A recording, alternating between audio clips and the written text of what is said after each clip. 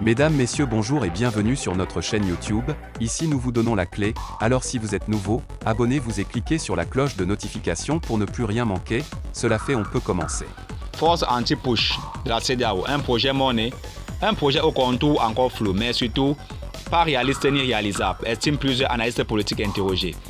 Fin juillet dernier, à Bissau, à l'occasion de la visite de travail du président français Emmanuel Macron, Umaro Sissoko Embalo, le président de la Guinée-Bissau, par ailleurs président en exercice de la Communauté économique des États de l'Afrique de l'Ouest, CEDEAO, a annoncé publiquement un projet anti-push en gestation sur la table de l'institution sous-régionale. Ce projet, disait-il, devra permettre à tout le monde de comprendre que nous sommes au XXIe siècle et qu'il est inadmissible, inacceptable de faire des coups d'État. On ne peut penser que pour arriver au sommet de l'État, c'est un fast track. Il y a des procédures pour être chef d'État. Il faut qu'on soit tous républicains. C'est le peuple qui a le droit de sanctionner les dirigeants, mais pas avec les coups d'État militaires, avait-il martelé. Un projet au contour encore flou, mais surtout pas réaliste ni réalisable, a écouté plusieurs analystes politiques. L'annonce faite par le président bissau-guinéen n'est qu'une manière pour lui d'affirmer son autorité à la tête de la CEDEAO. Si on considère que le Ghanéen Nana Akufo-Addo s'est montré durant sa présidence de la CEDEAO un peu plus conciliant vis-à-vis des pushistes, c'est en toute logique que le président Umaro Sissoko Embalo veuille se montrer ferme contre les coups d'État et des régimes de transition dans la sous-région ouest africaine. Lui qui, en février dernier, a été victime d'un coup d'État manqué. Mais cette manière de vouloir marquer d'une main ferme sa présidence au sommet de la CEDEAO en déclarant la guerre aux pushistes contraste avec un contour pour le moins flou du projet pour l'heure.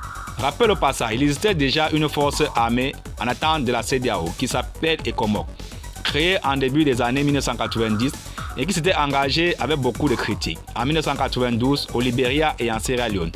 Nous avons plutôt l'impression qu'on essaie juste de la renommer et le fait de la renommer s'inscrit dans une logique lyrique qui n'a pas vraiment une grande consistance. Mais en définitive, une force militaire, soit-elle sous-régionale, ne peut être créée que pour empêcher les pushs. Elle est par sa nature dans la logique d'assurer la sécurité d'un État en luttant par exemple pour sa souveraineté, pour la souveraineté intra-étatique contre la piraterie, les narcotrafiquants, les djihadistes ou les terroristes et les mouvements séparatistes. Un push ne peut donc être évité dans un pays que si les conditions internes sont réunies. Si un chef d'État veut se protéger contre un coup d'État, il n'a pas besoin d'une force extérieure. Il a juste besoin d'être en cohérence avec le mandat que lui a donné son peuple par le vote et donc par la voie électorale. Rappelons au passage qu'un push ne vient jamais spontanément, mais d'un ensemble de facteurs internes.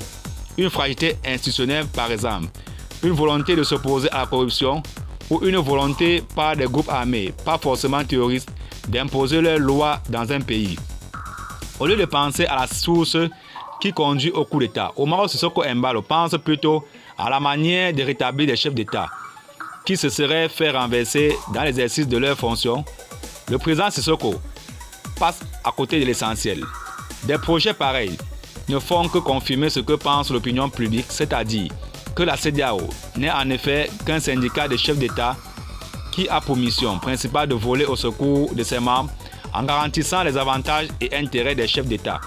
Littéralement, explique un politologue. L'idée derrière cette force sera de faire intervenir des hommes armés dans un pays membre pour faire un contre-coup d'État, c'est-à-dire renverser ceux qui ont fait un coup d'État contre un régime élu au pouvoir, ce qui présente un énorme risque d'effondrement qui font sans doute se terminer en bain de sang. C'est ce qui risque d'arriver si des forces étrangères se retrouvent dans un pays sans aucune autorisation. Et comme on l'a vu il y a quelques temps au Mali et en Guinée, où les coups d'État ont reçu l'adhésion ou l'aval des populations, ces forces étrangères se feront abattre tout bonnement. On peut se demander à quoi a servi la force en attente de la CEDEAO destinée à lutter contre l'insécurité. À quoi a pu servir cette force face au terrorisme dans la sous-région? Elle était là. Mais pourquoi est-on allé créer le G5 Sahel? Cela dit, la réponse militaire n'a jamais été une solution et ne le sera guère, à moins que la finalité serait d'étouffer l'expression populaire. La CEDEAO gagnerait sûrement, en outre, à révéler dans un premier temps le défi de la limitation des mandats présidentiels à 2 dans ces pays membres, plutôt que de chercher à donner une priorité à ce projet de force anti-push. Le mieux pour le tenant de la CEDEAO aujourd'hui, c'est de réussir à donner à son projet de limitation de mandat présidentiel une assise communautaire, que cela soit concrétisé par un texte communautaire qui contraint chaque pays membre au respect de cette limitation de mandat.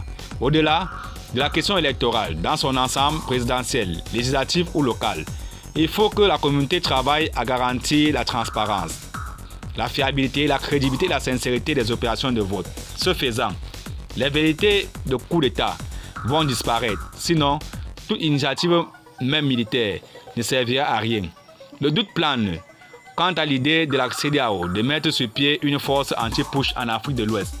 De notre part, ce que le président en exercice de la CEDEAO doit comprendre aujourd'hui, c'est que non seulement il faut empêcher les coups d'État militaires en Afrique, mais aussi les coups d'État constitutionnels. Le message que l'on doit envoyer à ces militaires qui font les coups d'État en Afrique de l'Ouest doit être le même que l'on doit envoyer aux politiciens qui cherchent à briguer, coûte que coûte, un 3e ou un 4e mandat. Plusieurs présidents de la sous-région ont de nombreux mandats en leur actif, ce qui est contraire à tout entendement. Ces problèmes, il faudra d'abord les régler dans nos États. Nous devons nous battre pour avoir d'abord des institutions fortes que personne ne peut déloger, mais aussi régler les problèmes sécuritaires de manière collective. En rappel, les coups d'État en Afrique de l'Ouest n'ont pas les mêmes causes. Ils sont différents d'un pays à un autre. Les coups d'État qui ont déstabilisé le Mali par exemple, rappelons-nous, ne sont pas les mêmes que ceux au Burkina Faso ou en Guinée. Si au Mali, au Burkina, ils sont justifiés par la lutte contre le terrorisme, en Guinée-Conakry, c'est plutôt lié à une crise politique à la suite d'une modification de la Constitution. Le problème en Guinée-Bissau est également sécuritaire, mais lié aux narcotrafiquants qui cherchent à déstabiliser le pays pour prendre possession des institutions et faciliter la circulation de leurs produits interdits, aussi bien dans le pays qu'au niveau africain. Donc, si la CEDEAO crée une force anti-push, elle aura tous les problèmes du monde, parce que les États sont souverains et indépendants. Comment la CEDEAO arrive-t-elle à faire intervenir une force, soit-elle sous-régionale, dans un pays sous prétexte qu'il y a eu un coup d'État? Ce serait tout simplement rajouter des problèmes au niveau de la communauté. Nous pensons pour notre part que la CEDEAO gagnerait à réfléchir aux moyens de lutter contre l'insécurité qui gangrène l'Afrique de l'Ouest et trouver des solutions pour permettre aux populations de vaquer librement à leurs occupations. Une proposition est faite. Au lieu d'une force anti-push, la mise en place, s'il était nécessaire, d'une véritable force qui va permettre de régler les problèmes d'insécurité dans l'espace sous-régional. Le fait que l'annonce du président en exercice de la CEDEAO soit faite en présence du président français Emmanuel Macron à Bissau est par ailleurs problématique. C'est un véritable paradoxe, surtout que le coup d'État avorté contre Omar Sissoko Embalo début février 2022 l'a été grâce aux supplétifs russes. Qu'il fasse l'annonce de la création d'une force anti-push de la CEDEAO en présence du président français montre tout le côté paradoxe de son acte. Appeler à la constitution d'une coalition anti-push à l'extérieur de son pays alors qu'il doit s'assuivre à une société militaire privée russe.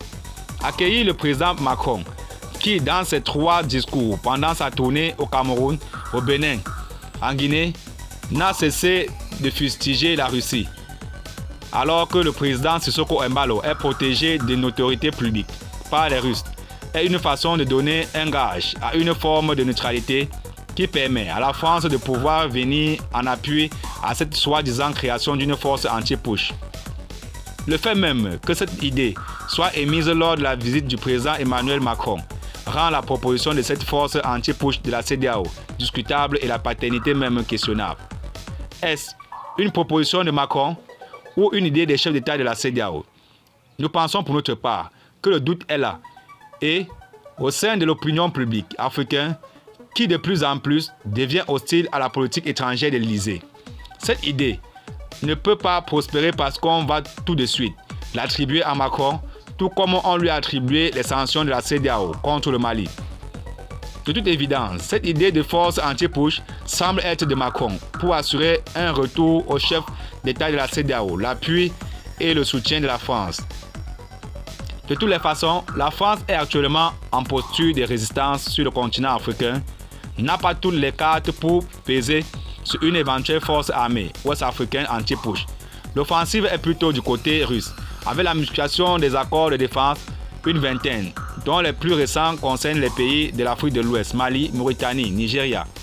Il y a juste une volonté de sauver les apparences, montrer qu'on est aussi là et qu'on peut apporter une assistance dans la lutte contre le terrorisme, contre la piraterie maritime. Mais attention, le président français peut prendre d'ici là l'engagement de former cette force. On a l'impression de sous-traiter les problèmes sécuritaires dans la sous-région, ce qui est extrêmement grave. Parce que l'indépendance et la souveraineté, c'est de prendre en main ces problèmes sécuritaires. Et je ne pense pas que c'est en ayant des financements extérieurs qu'on fera quelque chose. Merci de nous avoir suivis. Et surtout, abonnez-vous pour plus d'informations.